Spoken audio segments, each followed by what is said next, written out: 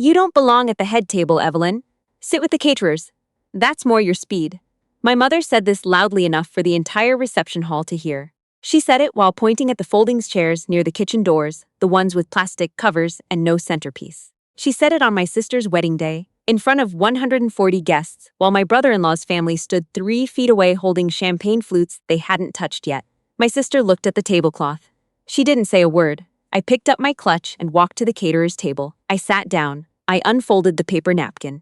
I smiled at the server beside me, a young guy who couldn't have been more than 20, who looked so uncomfortable he'd turned the color of the salmon mousse appetizer they were plating.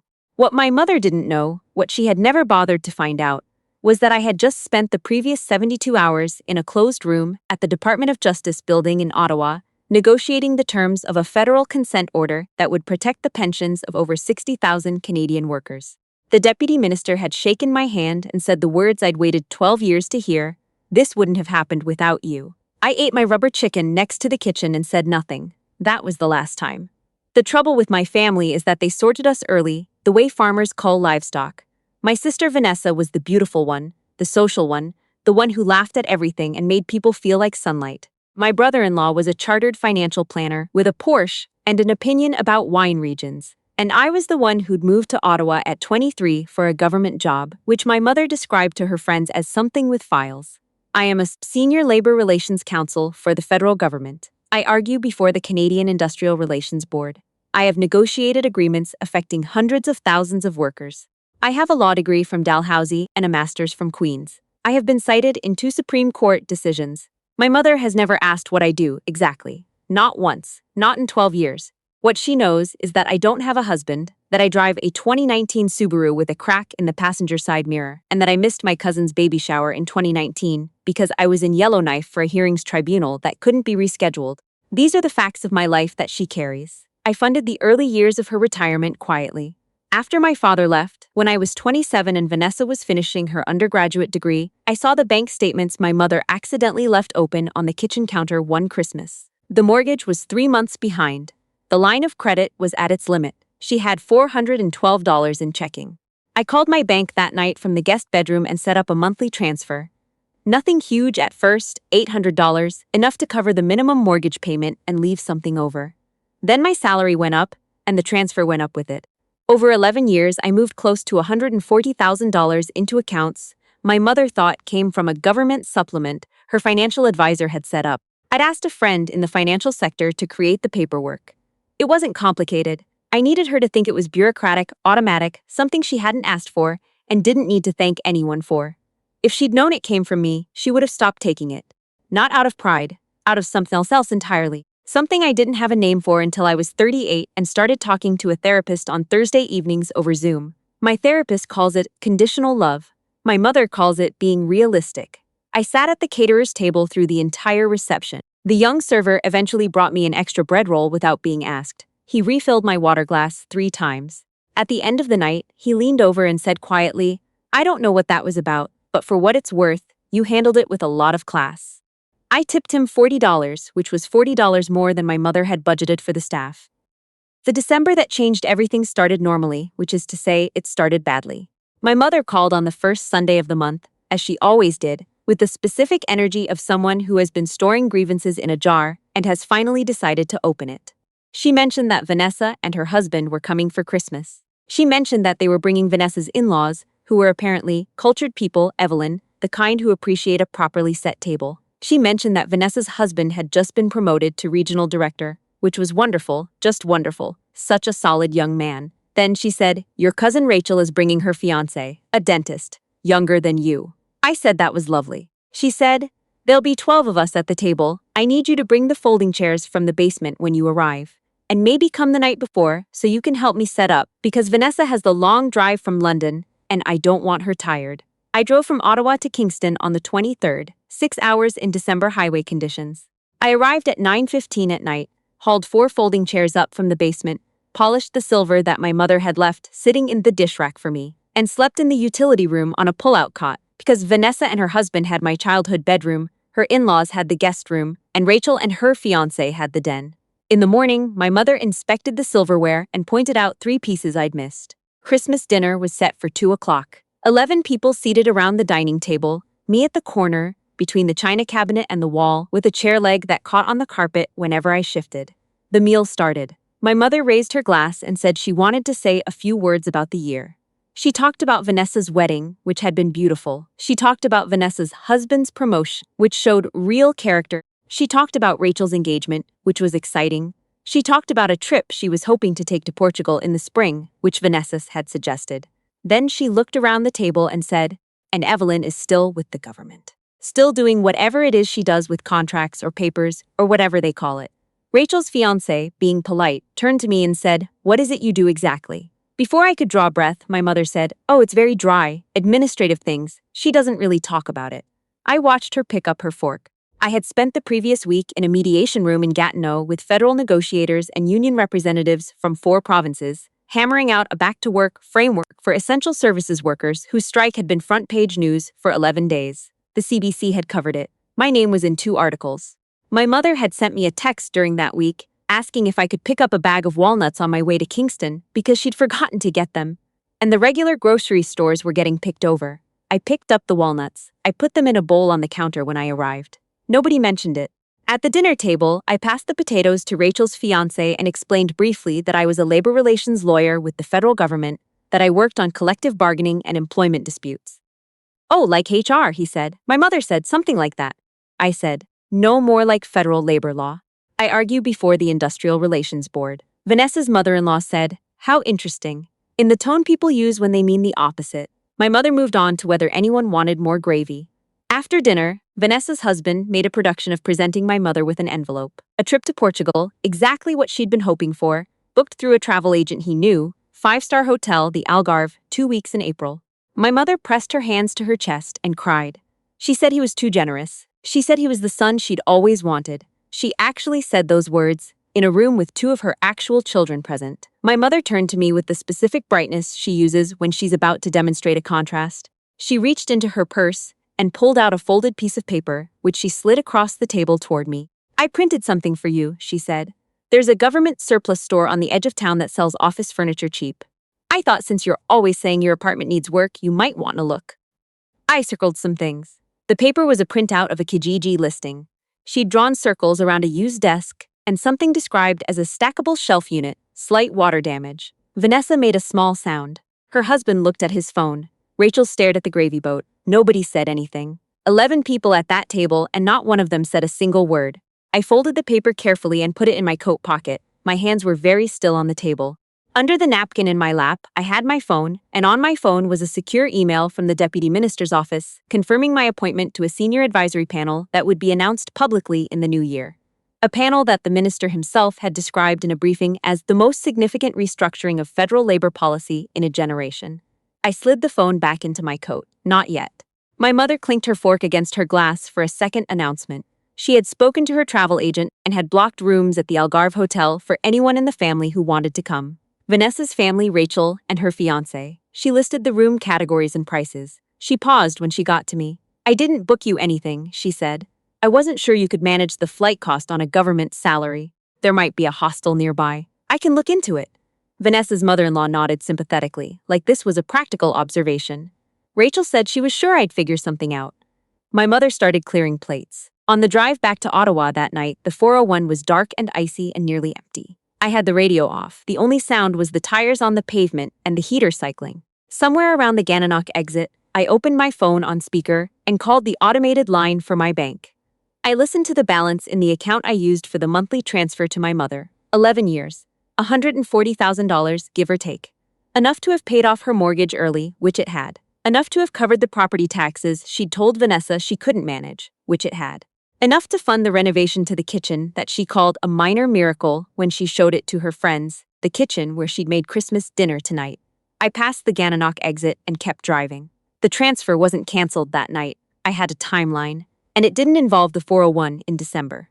I was back in Ottawa by midnight and at my desk by 7 the next morning. The mediation file had generated a 40-page implementation brief that needed my signature before it went to the minister's office. I signed it, sent it, and was on my second coffee when my personal phone rang. My mother.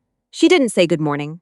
She launched directly. Did I realize I'd left the folding chairs in the dining room and hadn't put them back downstairs? that Vanessa's husband had had to do it himself, which was inconsiderate given his back. Did I know that Rachel's fiancé had asked if I was always like that at family dinners? Did I understand she had a certain image to maintain in front of guests, and I made things awkward by being so closed off and intense? I asked what specifically I'd done. She said I was always correcting people, that I'd corrected Rachel's fiancé when he asked about my job. I said I'd described my job. She said there was no need to make people feel small by listing qualifications. I said I hadn't listed qualifications. I'd answered a question. She said, I just think it would be nice if for once you tried to fit in, instead of making everything about you. Vanessa doesn't carry on about her accomplishments. Vanessa makes people feel welcome, I said very evenly. Vanessa's in-laws have the guest room and a trip to Portugal. I slept on a cot in the utility room and got a Kijiji printout. What would fitting in look like exactly? There was a silence. Then she said, I don't know why you always have to be like this. You've always been like this. You get it from your father. She hung up. I put the phone face down on the desk. The window behind me looked out over the Rideau River, frozen white. A Transport Canada vessel was making its way along the open channel of the canal. I watched it for a moment. Then I picked up the phone, went to my banking app, and looked at the scheduled transfer for the 1st of January. My thumb hovered. Not yet. On my timeline, I put the phone down and went back to the implementation brief. The announcement came on January 14th. The minister's office issued a press release at 10 in the morning. The National Post covered it by noon. A journalist from the Globe and Mail called my work line at 2. I was named as senior counsel to the new Federal Labor Policy Advisory Panel, the youngest person appointed to the panel in its 30-year history, one of only 4 lawyers in the country selected at the national level. My mother called at 4. She said she'd seen something online, that someone had shared a news article in the neighborhood Facebook group. And was that me? Was that my name in the newspaper? I said yes. She said, why didn't you tell me? I said the appointment had been confirmed 3 weeks ago, around the same time as Christmas, and that I'd been in the middle of a sensitive mediation period where I couldn't discuss it publicly. A long pause. Then, well, that's quite something. She said it the way you'd say it about a neighbor winning a local award. I said, I've been doing work at this level for about 6 years. The mediation you heard about in the news last month, the one involving the essential services workers, I led that for the government side. Another pause. You should have told us at Christmas. I said, you introduced me as still doing whatever it is she does with contracts or papers. She said she didn't remember saying that. I said she had. She said, I don't think it's productive to keep score. I said, that's an interesting thing to say when you handed me a Kijiji printout for used furniture while announcing a trip to Portugal for everyone else. Her voice shifted. The warmth left it entirely, the way warmth leaves a room when a window opens in January. You've always been resentful, she said. Even as a child, you couldn't just be happy for other people. Your sister was always gracious. I thought about the folding chairs in the basement, the cot in the utility room, 11 years of automatic transfers, the silverware I polished at 9:15 at night after 6 hours on the 401, the Kijiji printout in my coat pocket. I said, I need to go. I have work. I went to my banking app. My thumb didn't hover this time. 4 taps. The January transfer was canceled, then February, then the standing order, permanently terminated. $140,000 over 11 years, stopped on a Tuesday afternoon in January. I closed the app, made a note in my calendar, and went back to the implementation brief. The panel's first public session was held in February at the Shaw Centre in Ottawa. The minister opened the proceedings. 460 people in the room. Union leaders, corporate counsel, academic researchers, journalists, members of parliament. I sat at the panel table at the front of the room in my good charcoal blazer, the one I'd bought at Holt Renfrew 3 years ago, and saved for occasions that matched it. My mother had decided to come. I found out the morning of, when Vanessa texted me to say she'd driven our mother to Ottawa for the opening session. Wasn't that exciting? They'd seen the event listed on the government website. They were in the lobby. I had 40 minutes before I needed to be at the panel table for a pre-session briefing. I walked to the lobby. My mother was standing near the registration desk in her good wool coat, the navy one she'd had for 15 years. She looked smaller than I remembered. She was scanning the room with the slightly dazed expression of someone who had arrived somewhere larger than they'd expected. When she saw me, she smiled, not the tight managing smile, something more uncertain. She said, "This is quite the event." I said, "Yes." She looked around at the banners, the federal branding, my name on the panel board near the entrance, Evelyn Marsh, Senior Counsel, Federal Labor Policy Advisory Panel. She said, "I didn't realize it was this big." I said, "I have to go, I'm needed in the briefing room." She reached out and touched my arm. The gesture was unfamiliar. She was not a woman who touched people easily. She said quietly, "I'm proud of you." 3 words. 11 years late. I looked at her hand on my sleeve. I thought about what I had wanted those words to mean for most of my adult life. I thought about how I used to replay hypothetical versions of this moment on long drives home from Kingston. How I'd imagined her face, her voice, whether she'd cry, whether I'd cry, whether something between us would finally soften into something livable. I said, I have to go. I turned and walked toward the conference hall. She said my name once. I kept walking. The panel session ran 4 hours. I presented the government's framework for modernizing collective bargaining procedures in federally regulated industries. I fielded questions from a senator, 2 union presidents, and a constitutional lawyer who'd been arguing the other side of my cases for 8 years and had the decency to tell the room I was formidable. The minister shook my hand in front of everyone and said the federal government was lucky to have someone of my caliber. A journalist asked for a comment on the record. A union president from British Columbia said she'd been following my work for 3 years, and that the workers I'd advocated for were the reason she still believed the system could function. I stood in that room for 4 hours and was, without any ambiguity, the person I had spent 12 years becoming. After the session, I found Vanessa waiting in the corridor near the coat check. She said, "Mum's in the car." She cried a little, on the way out. I said I was sorry to hear that. Vanessa said, "She didn't know, Evelyn. She really didn't know what you did." I said, "She never asked." Vanessa looked at her boots for a moment. She said, "I didn't ask either." That was the truest thing my sister had said to me in years. I looked at her, this woman I loved in the complicated underwater way of people who grew up in the same house and came out so differently, and I said, "I know." She said, "The monthly payments." She got a letter from the bank in November saying the standing order had been canceled. She thought it was a bank error. She called them 3 times. I said nothing. Vanessa looked up. "That was you." I said, "The standing order has been canceled. Why didn't you tell her it was from you?" I thought about this for a moment. I said, "Because if she'd known, she would have spent 11 years believing she owed me something, and she would have resented owing it, and nothing would have changed. At least this way, the help was clean." Vanessa's eyes were wet. She said, "You paid her mortgage." I said, "I kept a roof over her head," and she handed me Kijiji listings for used furniture at Christmas dinner. Vanessa said, "I know." I said, "I know you know. You were sitting right there." She didn't have an answer for that. I hadn't expected one. I said, "I'm going to go. I have a debrief at 4. I pulled on my coat. The lobby had mostly emptied. Through the glass doors, I could see the February street, gray and cold, the Rideau Canal a white strip between bare trees. I said, "Tell Mum the mortgage is paid off. Whatever happens with the house going forward is up to her. I hope she figures it out." Vanessa said my name. I pushed through the glass door into the cold. I walked the 3 blocks to my office. The February air was sharp enough to feel like a decision. My boots were loud on the salt-scattered sidewalk. I passed the War Memorial, the green copper already deep with winter, and didn't stop. There is a thing that happens when you finally let go of something you've been carrying for a long time. It doesn't feel the way you expect. You expect relief or grief or some dramatic unlocking. What actually happens is quieter than that. The weight leaves your body the way a long flight ends. Gradually, and then all at once, and then you're standing on the ground, and the air is different, and your legs work differently, and you think, "Oh, this is what it was supposed to feel like." I had spent 11 years moving money into accounts my mother didn't know were mine. I had driven 6 hours on icy highways to polish silver and haul folding chairs. I had sat at caterers' tables and in utility rooms on pull-out cots. I had watched my mother describe my career as something with papers and hand me Kijiji printouts while announcing European vacations for the rest of the family, and I had said nothing, and then I had driven home and continued the transfers on the 1st of every month like paying a debt I hadn't incurred. Therapists call this the fawn response. I called it Sundays in December. My mother had called me resentful. She was not entirely wrong. What she had missed was the reason, and the reason was very simple. I had spent 12 years being competent and capable and irreplaceable at work, going home and becoming invisible in the place that was supposed to have made me feel seen first. She never asked about the work because she had decided who I was in 1993 when I was 11 years old and preferred libraries to birthday parties, and she had never updated the picture. I did not update it for her. That is my part of this. I know that. My therapist knows that too.